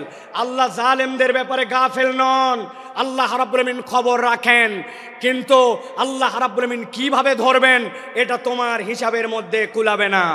আজকে আল্লামা মামুন আল হক আপনাদের সামনে কথা বলবেন, এই একটা মানুষকে নিয়ে যে পরিমাণ অপমান অপদস্থতা তারা দেখিয়েছে, একজন আলেমে দ্বীনের হাতের মধ্যে হাত করা লাগিয়েছে, পায়ের মধ্যে ডান্ডা বেরি লাগিয়েছে, মাথার মধ্যে বারবার বলেছেন আমাদের ভয় নাই, হেলমেটটা পরায়ও না, শুধু জাতির কাছে অপদস্থ করার জন্য মিথ্যা বুলেট প্রুফ জ্যাকেট, মিথ্যা মাথার মধ্যে হেলমেট, এইগুলো দিয়ে আলেমকে অপমানিত করতে চেয়েছে। আল্লাহ দেখায় দিয়েছেন অপমান যারা করেছিল আজকে তোমাদের পরিণতি কি। এই জন্য আমরা বলতে চাই, এখনো যারা আছেন, আগামীতেও যারা আসবেন, আপনারা যদি মনে করেন একদল গেছে আমরা সামনে বাপের বেটা, আপনাদেরকেও সতর্ক করতে চাই, আলেম ওলামা ইসলামপন্থী কোরআনওয়ালা তাদের সাথে বেয়াদবি করলে দুনিয়া আখিরাতে আল্লাহ তাদেরকে ছাড় দিবে না। সাবধান হয়ে চলবেন, সাবধান হয়ে চলবেন। এটা আমাদের কথা নয়, আল্লাহ রাব্বুল আলামিনের কথা। আল্লাহ রাব্বুল আলামিন বলছেন, ভালো করে জেনে রাখো দুনিয়ার মানুষ, ওয়ামা খলাকতুল জিন্না ওয়াল ইনসা ইল্লা লিয়াবুদুন, আমি জিন আর ইনসান এখানে কাউকে খাস আর আম করি নাই, গণভাবে তোমাদেরকে আল্লাহর ইবাদতের জন্য সৃষ্টি করেছি। অতএব তুমি যদি আল্লাহর আব্দ হও, সেটা যেখানেই হোক না কেন, আল্লাহর উবুদিয়্যাতের মধ্যে ঢুকতে পারলে নিষ্কৃতির পথ আছে, আল্লাহর উবুদিয়্যাতের মধ্যে ঢুকতে না পারলে বাঁচার দ্বিতীয় কোনো রাস্তা নাই। আল্লাহ রাব্বুল আলামিন আমাদেরকে যেন এই কথাগুলি বোঝার তৌফিক দান করেন, বলেন আল্লাহুম্মা আমিন। প্রিয় ভাইরা, আমি মূল আলোচনার মধ্যে প্রবেশ করব, তবে তার আগে এতক্ষণ যেটি বললাম এটা আমার নিজস্ব চিন্তা চেতনায় আমি খেয়াল করে দেখেছি। আমাদের যে মাহফিলগুলো হয়, এই মাহফিলগুলোতে আমাদের যারা শ্রোতারা আসেন তারা একটু এলোমেলো বাউন্ডারিহীন আসেন। কি শুনলাম আর কি শুনবো, খানিকক্ষণ আসলাম, স্লোগান দিলাম, তকবির দিলাম, হই হই করলাম, চলে গেলাম। এই মাহফিল বড় মাহফিল, লোক দেখানোর মাহফিল করে লাভ নাই। এই জন্য আমি চিন্তা করি যেখানেই যাই আগে অন্তত একটু আইল দেই, আইল বাঁধা। আইল চেনেন আপনারা? ভাই আইল যদি না থাকে পানি বাঁধবে? কথা বললেন না, পানি বাঁধবে? আসলে আমাদের থেকে অনেক ডিস্টেন্স হয়ে গেছে আপনাদের, তাই না ভাই? একটু দূরে চলে গেছেন আপনারা। প্রিয় ভাইয়েরা, আল যদি না থাকে তাহলে পানি যেরকম বাঁধে না, তো আমাদের জীবনে আমি যে কথাটা শুনবো এই কথাটার আগে একটা আল লাগবে, যে আমি কেন এই কথাটা শুনতেছি, এই কথাটা আমার শোনা কেন জরুরি। আমি তো আল্লাহ রাব্বুল আলামিনের পূর্ণ ইতাআতে ঢুকতে চাই, কিন্তু আমার জীবন ভর এমন অপরাধ, এমন ভুলভ্রান্তি যে আমি কোনো লাইন খুঁজে পাই না, আমি কোন লাইনে যাব। তো ওই লাইনটা বোঝানোর আগে আমি একটু আইল দিলাম। এখন আপনাদের সহযোগিতা নিয়ে আমরা সরাসরি একটু তাফসীরের মধ্যে প্রবেশ করতে চাই। আপনারা প্রবেশ করতে চান? আছেন আপনারা ইনশাআল্লাহ? কারা কারা আছেন দুই হাত উঁচু করে একটু দেখান। কথা বলবেন না, কোনো কথা বলবেন না, চুপচাপ হাত নামান, হাত নামান, হাত নামান, হাত নামান। থামেন থামেন, তকবির দিয়েন না ভাই, কত সময় সংক্ষেপ, আপনাদের অনেক আবেগ আমরা জানি, তকবির দিয়েন না। একটু আপনাদের মোবাইলে লাইট আছে? আছে? একটু শার্ট করে 5 সেকেন্ড সময় দিলাম, জ্বলায় ফেলেন দেখি। হ্যাঁ, একটু জ্বলায় ফেলেন। যার যার মোবাইল আছে কথা বলবেন না, একটা কথা হবে না, একজনও না। জ্বলাইছেন? এবার হাতটা উঁচু করেন, 2 হাত 2 হাত। যারা জ্বলাতে পারে নাই শিখায় দেন কেমনে জ্বলাতে হয়। হাত উঁচু করেন, হাত উঁচু করছেন, শক্ত করেন, শক্ত, একটু শক্ত, একটু ডানে দিকে নড়া দেন, এবার একটু বামে দেন, এবার একটু সামনে দেন, একটু পিছনে দেন, এবার একটু পিছনে টানা দেন, টানা দেন। এবার হাতটা সোজা করেন, সোজা সোজা সোজা করেন। এবার হাতটা এরকম করে নড়াচড়া দেন, 2 দিকে নড়াচড়া দেন। এবার হাতটা সোজা করেন, স্ট্রেট, নো নড়চড়। গলাটা পরিষ্কার করেন, ভালো করে দিছেন। এবার আমরা আকাশ বাতাস মুখরিত করে আল্লাহর একটা তাকবীর দিয়ে আলোচনার মধ্যে প্রবেশ করতে চাই। যারা আসমান জমিন মুখরিত করে একটা তাকবীর দিতে পারবেন তারা বলেন আল্লাহুম্মা আমিন। এই স্বেচ্ছাসেবক ভাইয়ের, আপনারা দিবেন না তাকবীর? নাকি আপনারা ওয়াজের বাইরে? আপনারা তো ওয়াজের ভিতরে। হাত সোজা করেন। কারা কারা জ্বলাতে পারে নাই শিখায় দেন, হাত সোজা করেন। সোজা করছেন? আল্লাহুম্মা আমিন বলেন। এবার একটা আকাশ বাতাস মুখরিত করে তাকবীর দেখতে চাই। আমি আল্লাহু আকবার আসতে বলবো, লিল্লাহি তাকবীর, আপনারা জোরে করে আল্লাহু আকবার বলবেন, যাতে কোনো বিতাড়িত শয়তান এখানে থাকতে না পারে। পারবেন ইনশাআল্লাহ? দেখে এটা তাকবীর দেন, লিল্লাহি তাকবীর, লিল্লাহি তাকবীর। আল কোরআনের আলো, আল হাদিসের আলো, তোমার নেতা আমার নেতা, তোমার নেতা আমার নেতা। আলেম ওলামা যেখানে, আল্লাহর আইন যেখানে, লিল্লাহে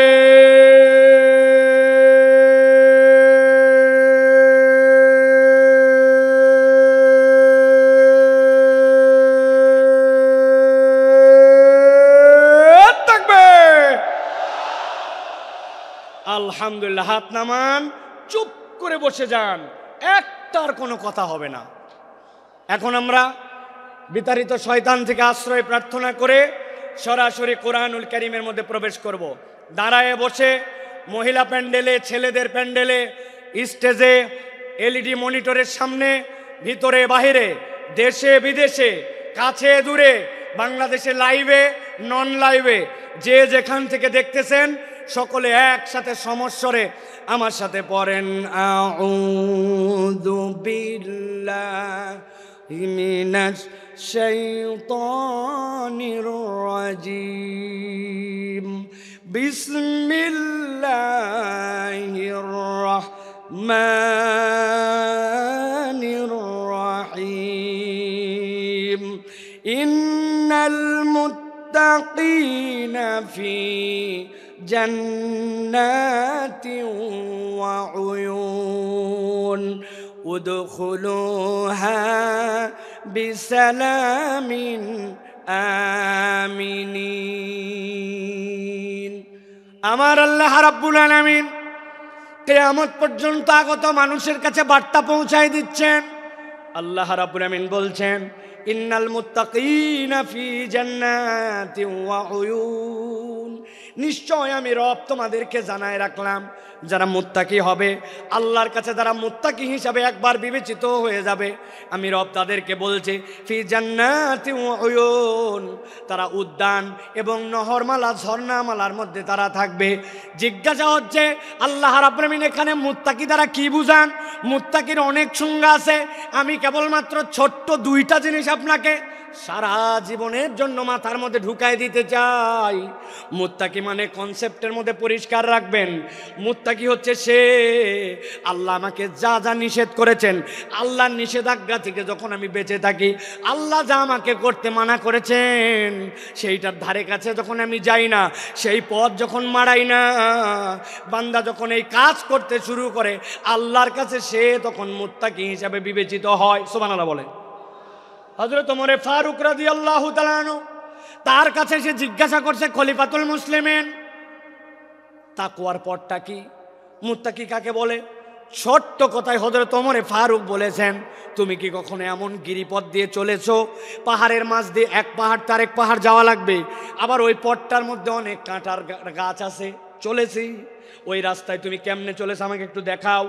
সাহাবী ডেমনস্ট্রেশন করে দেখাচ্ছেন, খলিফাতুল মুসলিম আমিরুল মুমিনিন। যখন দেখেছি পাহাড়টা নিচু, আমার মাথা বেঁধে যাবে, মাথাটা নিচু দিয়েছি। আবার যখন দেখছি উঠা লাগবে, উঠছি। ডান দিকে ফিরা লাগবে, ডানে ফিরছি। বাম দিকে কাত হওয়া লাগবে, ফিরছি। আর আমার গায়ের মধ্যে যে কাপড়টা ছিল ওইটা যেন কোনো কাঁটার গাছের মধ্যে আটকায় না যায়, ওই জন্য কাঁটার গাছের মধ্যে আটকানোর থেকে বাঁচার জন্য কাপড়গুলা জড়ো করে করে আমি চলাফেরা করছি। হযরত ওমর ফারুক বলছেন, তুমি তো তাকওয়া বুঝেই ফেলছো। তাকওয়ার পথ তো এইটাই, হালাল হারামের সংমিশ্রণ আছে, আল্লাহর নিষেধাজ্ঞা আছে, অনেক কঠিন, কিন্তু তোমাকে যে তো বেরিয়ে যেতে হবে, তুমি বিবেচনা করে করে যখন চলো, এইটাই তোমার জন্য তাকওয়ার পথ। আল্লাহ বলছেন ওই তাকওয়ার পথে চলে যারা মুত্তাকি হবে, ইন্নাল মুত্তাকিনা ফি জান্নাতিন ওয়া উয়ুন, আমি রব্বুল আমিন তাদের জন্য জান্নাত আর তাদের জন্য ঝর্ণা রেখেছি। আল্লাহ ডাক দিয়ে বলবেন, উদখুলুহা বিসালামিন আমিনিন, ওর মধ্যে তোমরা নিরাপত্তার সাথে প্রবেশ করো। আল্লাহ মূলত বুঝাতে চান, আমার বান্দা যে একবার হবে, আমার এতাতকারী যে হবে, আমি তাকে জাহান্নামের জন্য সৃষ্টি করি নাই, আমি তাকে জান্নাত দিতে চাই। সুবহানাল্লাহ। কিন্তু বান্দা মনে মনে চিন্তা করছে, আমার তো গুনাহ খাতার কোনো শেষ নাই, আমি কেমনে বাঁচবো, আমি কেমনে এই পথকে গ্রহণ করব। আল্লাহ রাব্বুল আমিন বলছেন, বান্দা তুই ভয় পাস না, আমি তোর জন্য ঘোষণা করতেছি। রব্বুল আলামিন কোরআনুল কারীমের 5 নম্বর সূরা মায়েদা এর 74 নম্বর আয়াতের মধ্যে বলছেন, আফালা ইয়াতুবুনা ইলাল্লাহ ওয়া ইয়াস্তাগফিরুনাহু ওয়াল্লাহু গফুরুর রহিম। আমার আল্লাহ বলতেছেন, এই দুনিয়ার মানুষ ভালো করে বোঝো, আমি রব তোমাকে বললাম, আফালা ইয়াতুবুনা ইলাল্লাহ, তুমি কি আল্লাহর দিকে ফেরত আসবে না? ওয়াস্তাগফিরুনাহু, আর তুমি কি তোমার রবের কাছে ক্ষমা চাইবে না? এটার দ্বারা আল্লাহ কি বুঝাতে চান? তুমি যদি আল্লাহর কাছে ফেরত আসো আর যদি ক্ষমা চাও, আল্লাহ বলছেন আমি রব্বুল আমিন নিজেকে ঘোষণা দিলাম, আল্লাহু গফুরুর রহিম, রব তাকে দয়াময় ক্ষমা করার জন্য রেডি আছে। সুবহানাল্লাহ। তাহলে আমাদের কাজ রব্বুল আলামিনের কাছে ফেরত আসা। আল্লাহ অন্য আয়াতে বলতেছেন, কুলিয়া ইবাদিয়াল্লাযীনা আসরাফু আলা আনফুসিহিম, কুল, হে নবী আপনি বলে দেন, ইয়া ইবাদিয়া, হে আমার বান্দারা, আল্লাযীনা, যারা, আসরাফু, বাড়াবাড়ি করে ফেলেছো, আলা আনফুসিহিম, নিজেদের অন্তরের উপরে, লা তাকনাতু মির রাহমাতিল্লাহ, তুই তোর রবের দয়া থেকে কখনো ভরসাহীন হয়ে যাস না। ইন্নাহু হুয়াল গফুরুর রহিম, আল্লাহ বলছেন তোর রব নিশ্চয় ক্ষমাকারী আর নিশ্চয় তোর রব রহিম।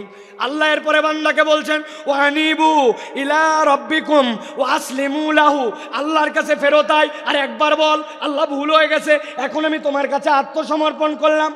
কোন পর্যন্ত ডিউরেশন? মিন ক্বাবলি আন ইয়াতিয়াকুমুল আযাব, আযাবের দিবস তথা কিয়ামত হওয়ার আগ পর্যন্ত একবার যদি বান্দা আল্লাহর কাছে ফেরত আসে, আল্লাহ বলছেন সুম্মা লা তুনসারুন, আর একবার যদি তোর মৃত্যু চলে আসে আর কেউ সাহায্য করতে পারবে না। আল্লাহ এই আয়াতগুলা সাক্ষ্য দেয় আল্লাহ বান্দাকে ক্ষমা করে দিতে চান। সুবহানাল্লাহ। এখন আপনাদের কাছে 2টা প্রশ্ন। 1 নম্বরে, আল্লাহ রাব্বুল আমিন ক্ষমা করে দিতে চান, আমরা কি ক্ষমা পাইতে চাই? আল্লাহকে আমাকে শোনাতে হবে না, আমাকে শোনাতে হবে না, আমরা কি ক্ষমা পেতে চাই? আল্লাহ রাব্বুল আমিন ক্ষমা করতে চান, পেতে চাই। কিন্তু দ্বিতীয় জিজ্ঞাসা হচ্ছে, আল্লাহর কাছে ক্ষমা পেতে চাই, কিন্তু এজন্য আমাদের কি কোনো প্রচেষ্টা আছে? কি সমস্যা? আস্তে আস্তে আস্তে, 1-2জন বলেন, আপনারা চুপ করেন সবাই, শোনা যায় না, স্পষ্ট না? আল্লাহু আকবার। আমাদের মাইকালা ভাই, আমি আপনাকে কতগুলো পরামর্শ এখান থেকে দিয়ে যাই। আগামীকালকে সামনের যে 5-7 রো দেখতে পাচ্ছি, প্রত্যেকটা বাঁশে একটা বাঁশ পরপর 2টা করে টিউবলাইট লাগাই দিবেন। আর সামনের যে বাঁশ, এই বাঁশ থেকে সামনের দিকে 4টা বাঁশ পরপর 2টা হর্ন 2টা হর্ন 2টা হর্ন, যত সাউন্ড বাইরে থাক এই জায়গাতে কালকে লাগাই দিবেন।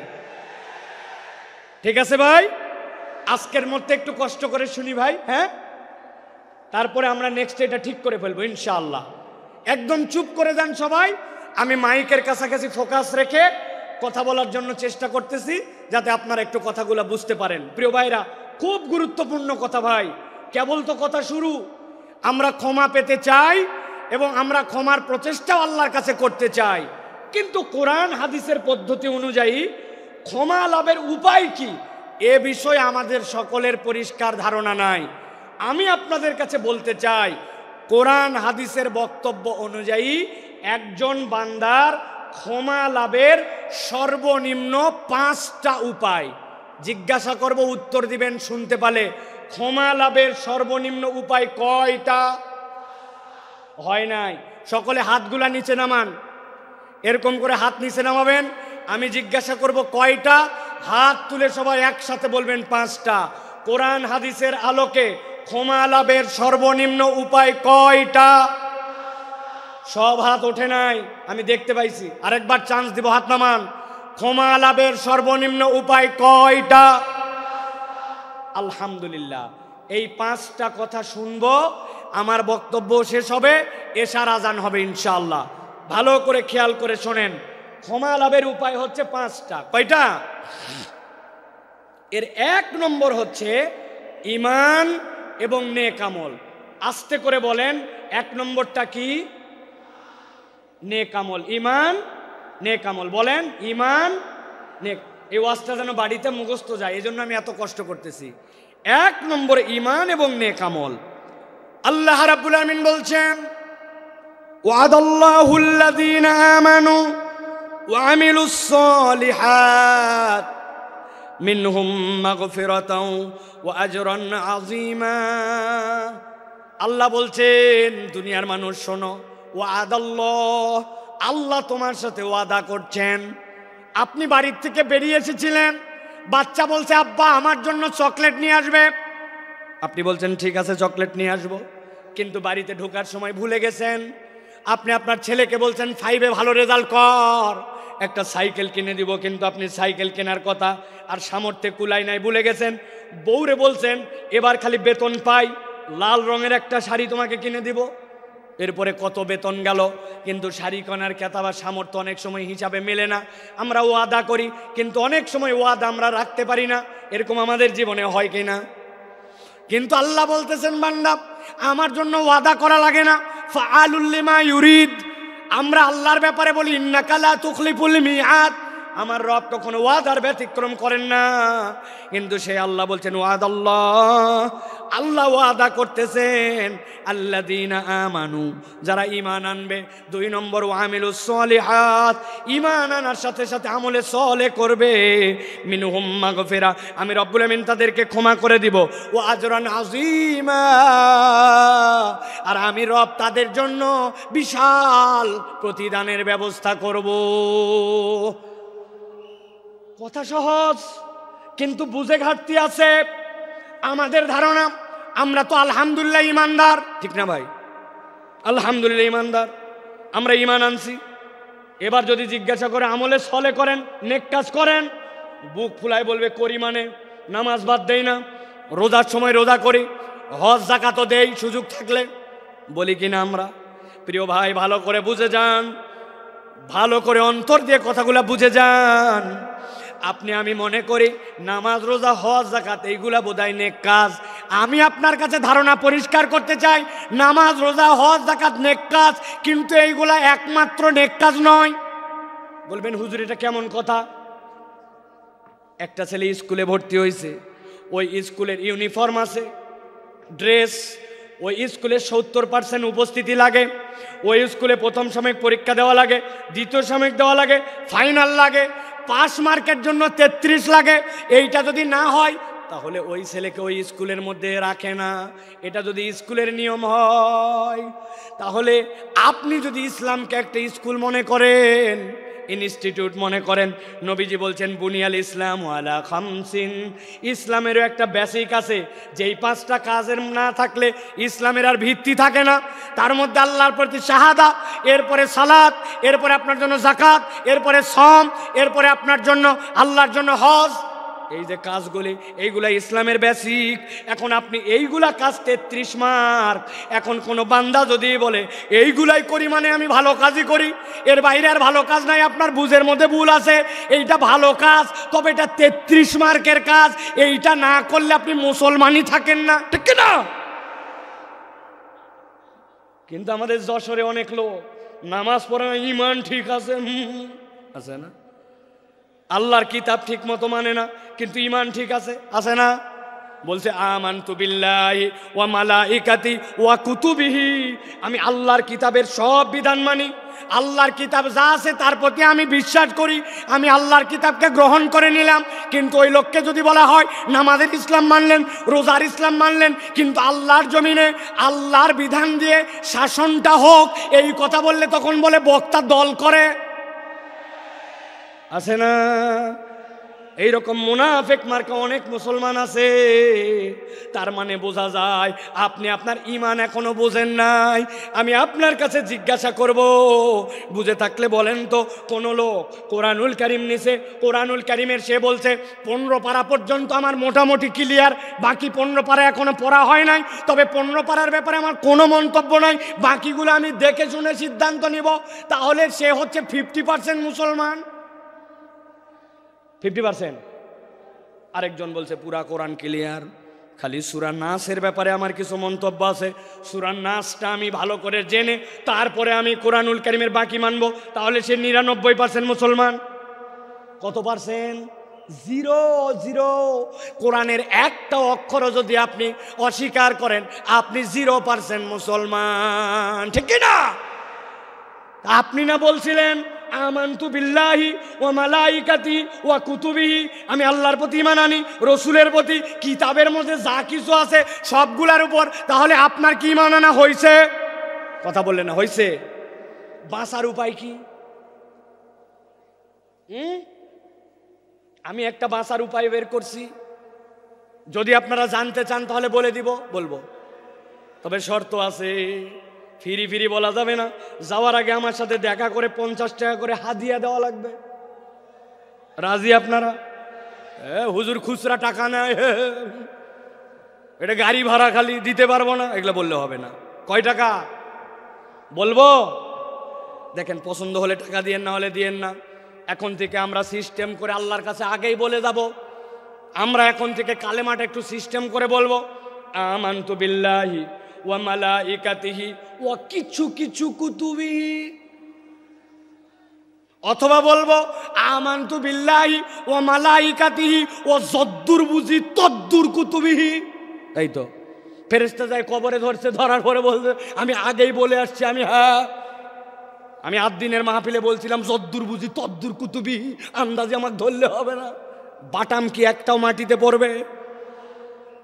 এই জন্য ভালো করে বোঝেন, ইসলামের বেসিক আপনাকে মেনে নিতে হবে, ওইটা আপনার জন্য ঈমান। তাহলে আমলে সলে কি?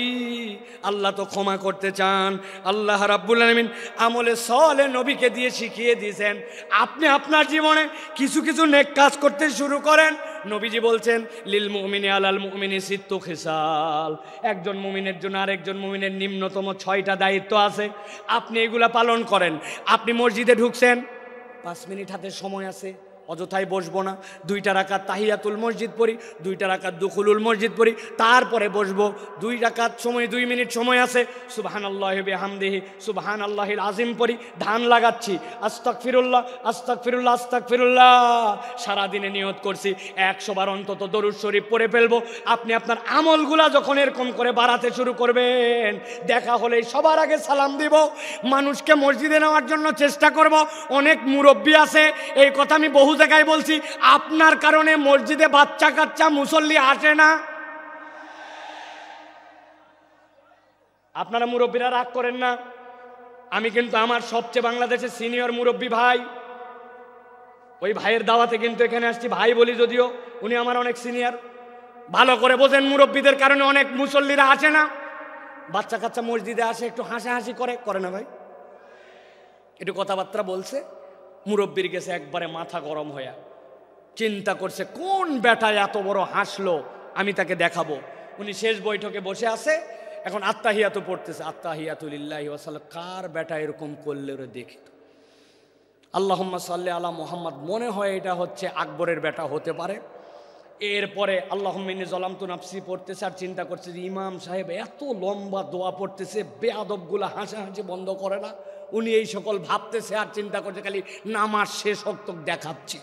আসসালামু আলাইকুম ওয়া রাহমাতুল্লাহ, আসসালামু আলাইকুম ওয়া রাহমাতুল্লাহ।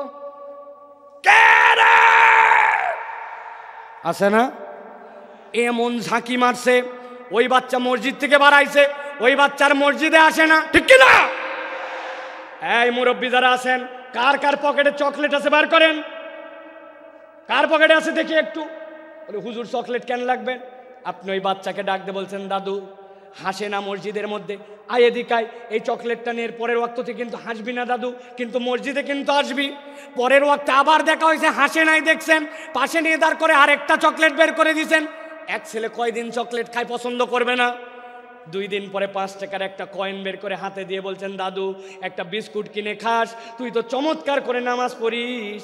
আপনি ওই বাচ্চাটাকে নামাজে উৎসাহ দিয়েছেন, হঠাৎ করে একদিন আপনার মৃত্যুর ডাক এসে গেছে, কবরে চলে গেছেন। কিন্তু যেই বাচ্চাকে চকলেট দিয়ে আদর করে মসজিদ থেকে বের করেন নাই, মসজিদমুখী করছেন, 5 টাকার কয়েন দিয়া ওই ব্যক্তিকে আদর যত্ন করে মসজিদের মুসল্লি বানাই দিয়ে গেছেন আপনি কবরে। কিন্তু আপনার 20-25 টাকার ইনভেস্টমেন্ট, ওই বাচ্চা যতবার সিজদা দেয় আপনার আমল নামায় সওয়াব উঠে যায়। এর নাম আমলে সলে। আপনাকে টেকনিক করে আল্লাহর দিকে আগাতে হবে। আল্লাহ বলছেন, আমার বান্দা যদি আমানু আমিলুস সলিহাত মিনহুম মাগফিরা ওয়া আজরান আযীমা, আমার বান্দাকে আমি রব কেবল ক্ষমাই করব না, আমি বিশাল পুরস্কার দিয়ে দিব ঈমানের সাথে। এই জন্য আমলে সলে লাগবে।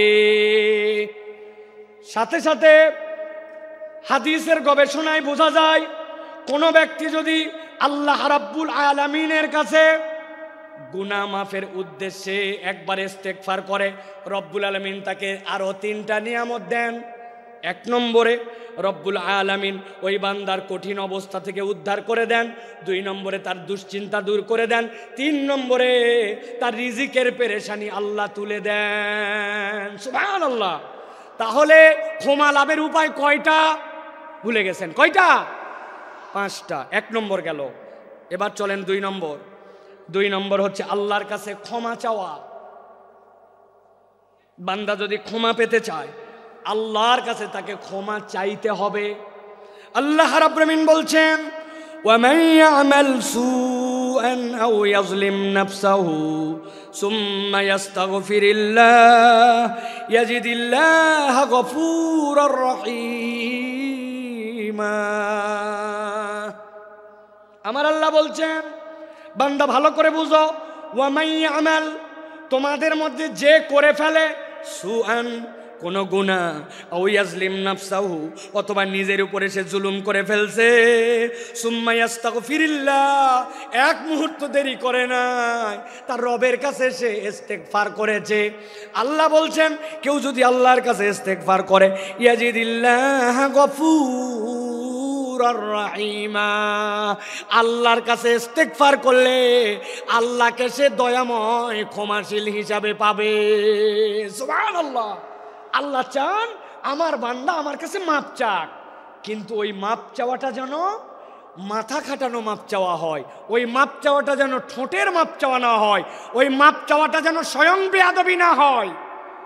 অনেক সময় বাচ্চা কাচ্চাকে বাপ মা কারোর সাথে বেয়াদবি করলে বলে, বল সরি, বল সরি বল। ওই বাচ্চা এমনভাবে সরি বলে, সরি বলাটাও একটা বেয়াদবি, সরি এমনভাবে বলছে।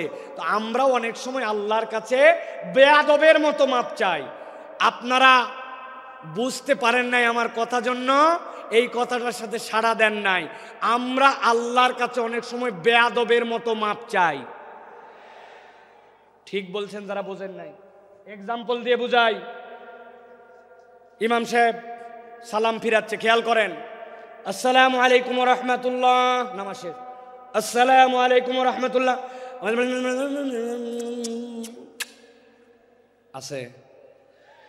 আপনি কি বলছেন আল্লাহর কাছে?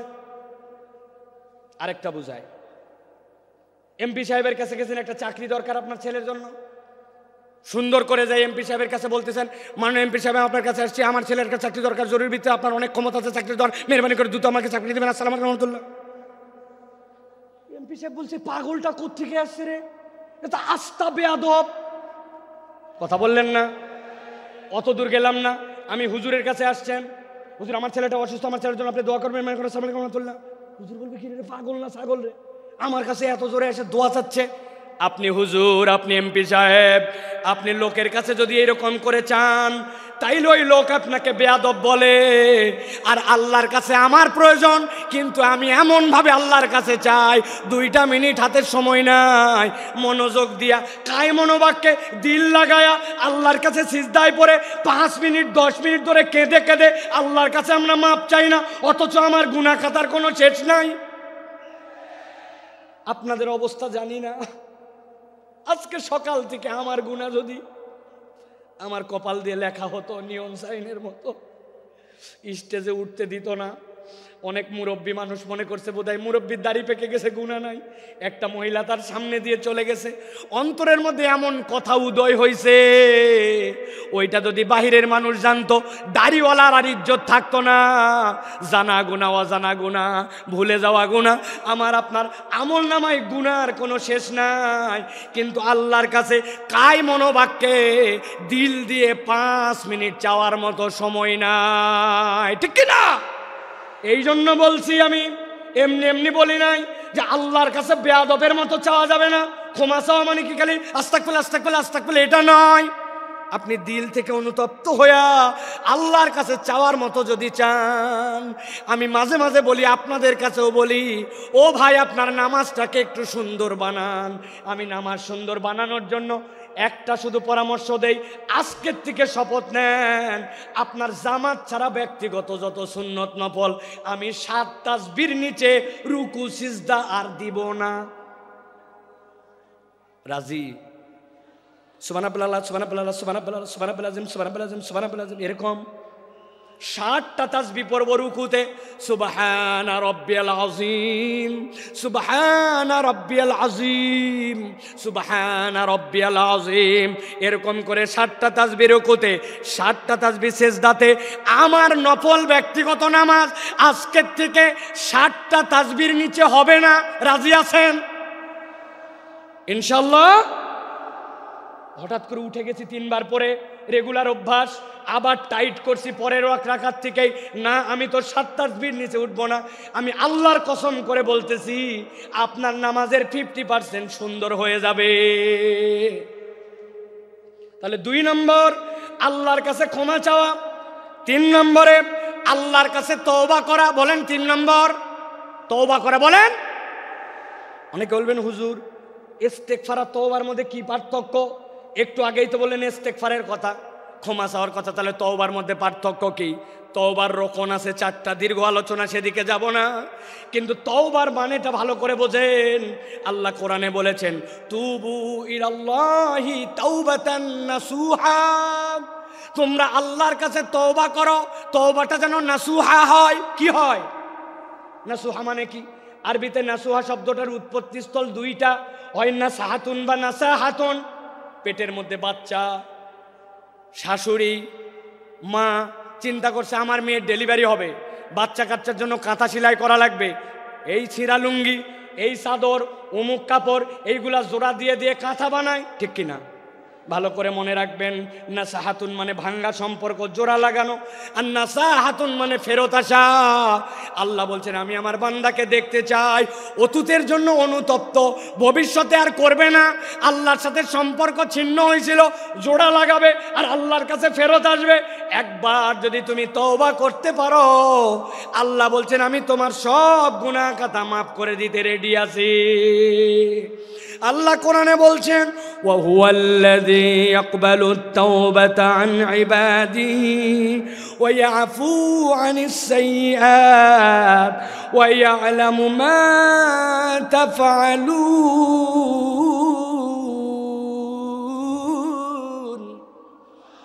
আমার আল্লাহ বলছেন ওয়া হুয়াল্লাযী ইয়াকবালুত তাওবা, তিনি তো সেই রব যিনি তওবা কবুল করেন আন ইবাদিহি, তার না বান্দা এগুলা। আল্লাহ বলছেন ওই আফু আনিস সাইয়্যাত, আর তিনি তো তার দোষ ত্রুটিগুলা ক্ষমা করে দেন। ওই আলামু মা তাফালুন। যুবক রে, মোবাইলে এমবি কিনে রাত্রে কি দেখেছো? বাহিরে জুব্বা টুপি লাগায়া ঘুরছো, মানুষ হুজুর হুজুর বলছে, কিন্তু নামাজের অবস্থা কি ছিল, আমলের অবস্থা কি ছিল, ভিতরের অবস্থা ছিল কেউ জানে না। আল্লাহ বলছেন মৃত্যুর খাটলি সকলের কাছে লেগে যাবে, কিন্তু আল্লাহ সব জানেন। আল্লাহ চান আমার বান্দাকে আমি ক্ষমা করে দেই।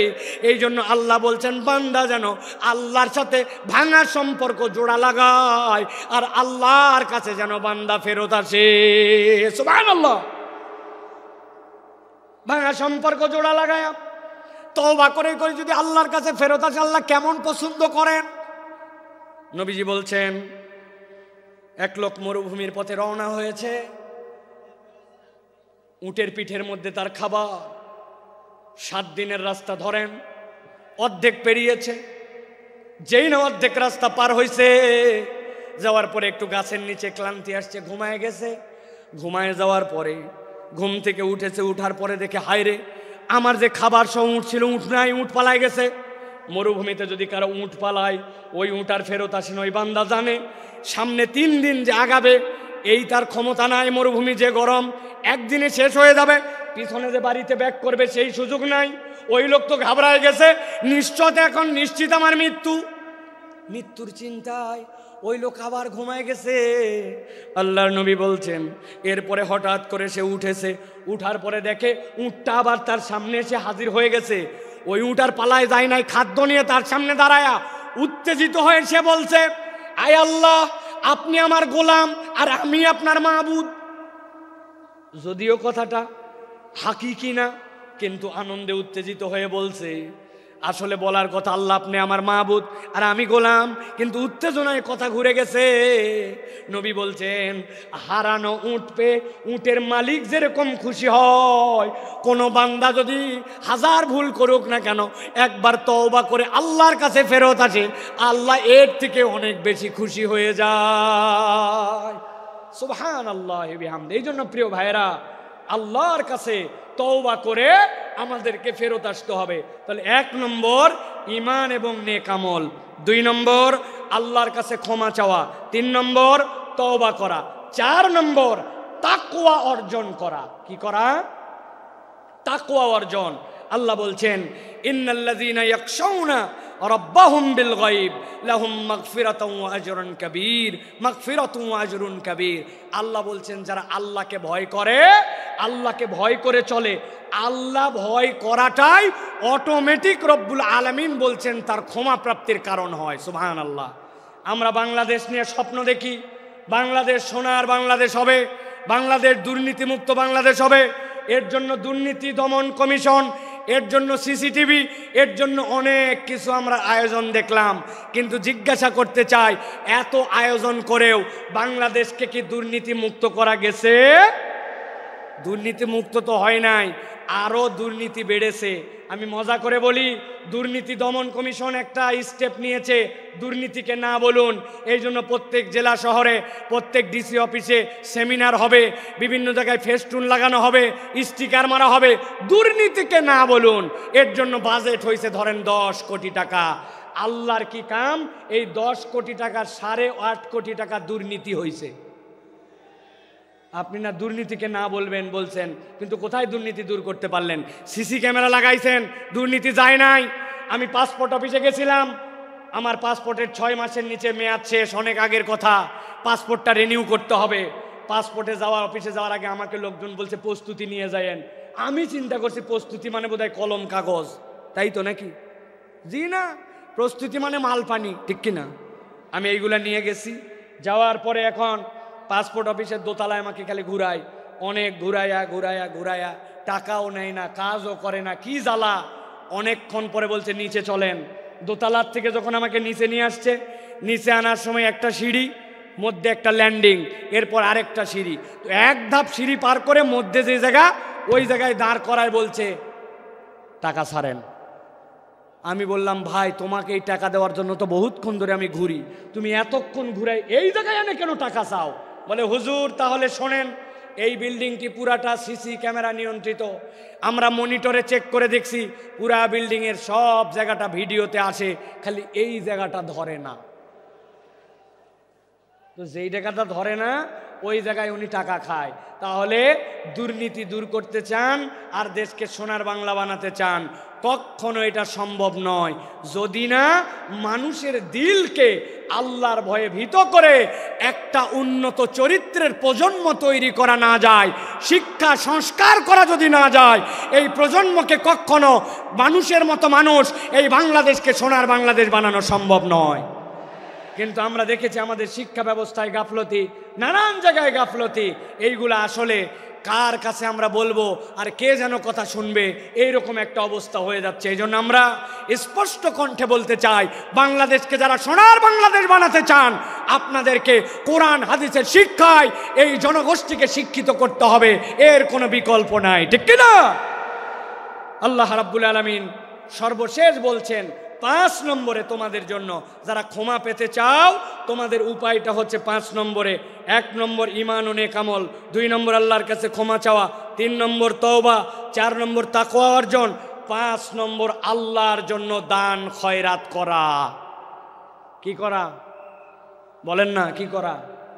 আমরা কৃপণের কৃপণ হয়ে গেছি, আমাদের হাত খোলে না। আপনাদের এলাকায় খবর নিয়ে দেখবেন, মসজিদে আপনাদের জুমার দিনে মুসল্লি 200 জন, প্রত্যেকটা মুসল্লি যদি 20 টাকা করে দেয়, মসজিদে 4000 টাকা হয়। 4 জুমা মিলাইয়া মসজিদে একটা ভালো ফান্ডিং হয়ে যায় 20,000 টাকার। মসজিদ কারো দিকে তাকাতে হয় না। কিন্তু আমাদের মুসল্লিদের অবস্থা এমন, মসজিদে সেরা টাকা দেয়, একটা টাকা পকেটের থেকে বের হয় না। আপনি যদি ক্ষমা পেতে চান আপনাকে দান খয়রাত করতে হবে। দান খয়রাত না করলে ক্ষমা পাওয়া যায় না। দান খয়রাত ক্ষমা প্রাপ্তির মাধ্যম। আমি ছোট্ট 2টা হাদিস বলে শেষ করে দিব। এক মহিলা নবীজির কাছে আসলো,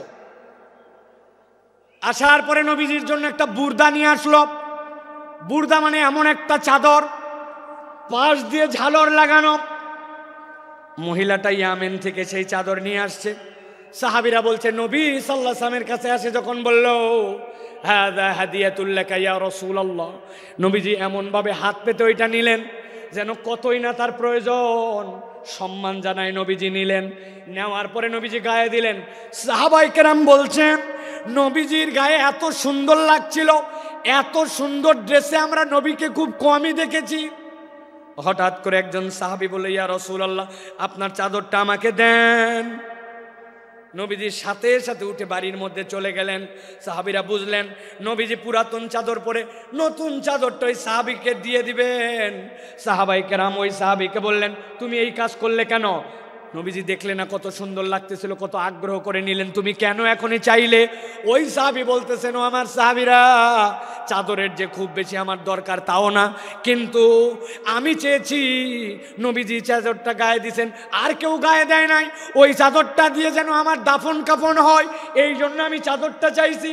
ঠিক ঠিক নবীজি বাড়ির থেকে বের হয়েছে, তার হাতে চাদরটা তুলে দিলেন।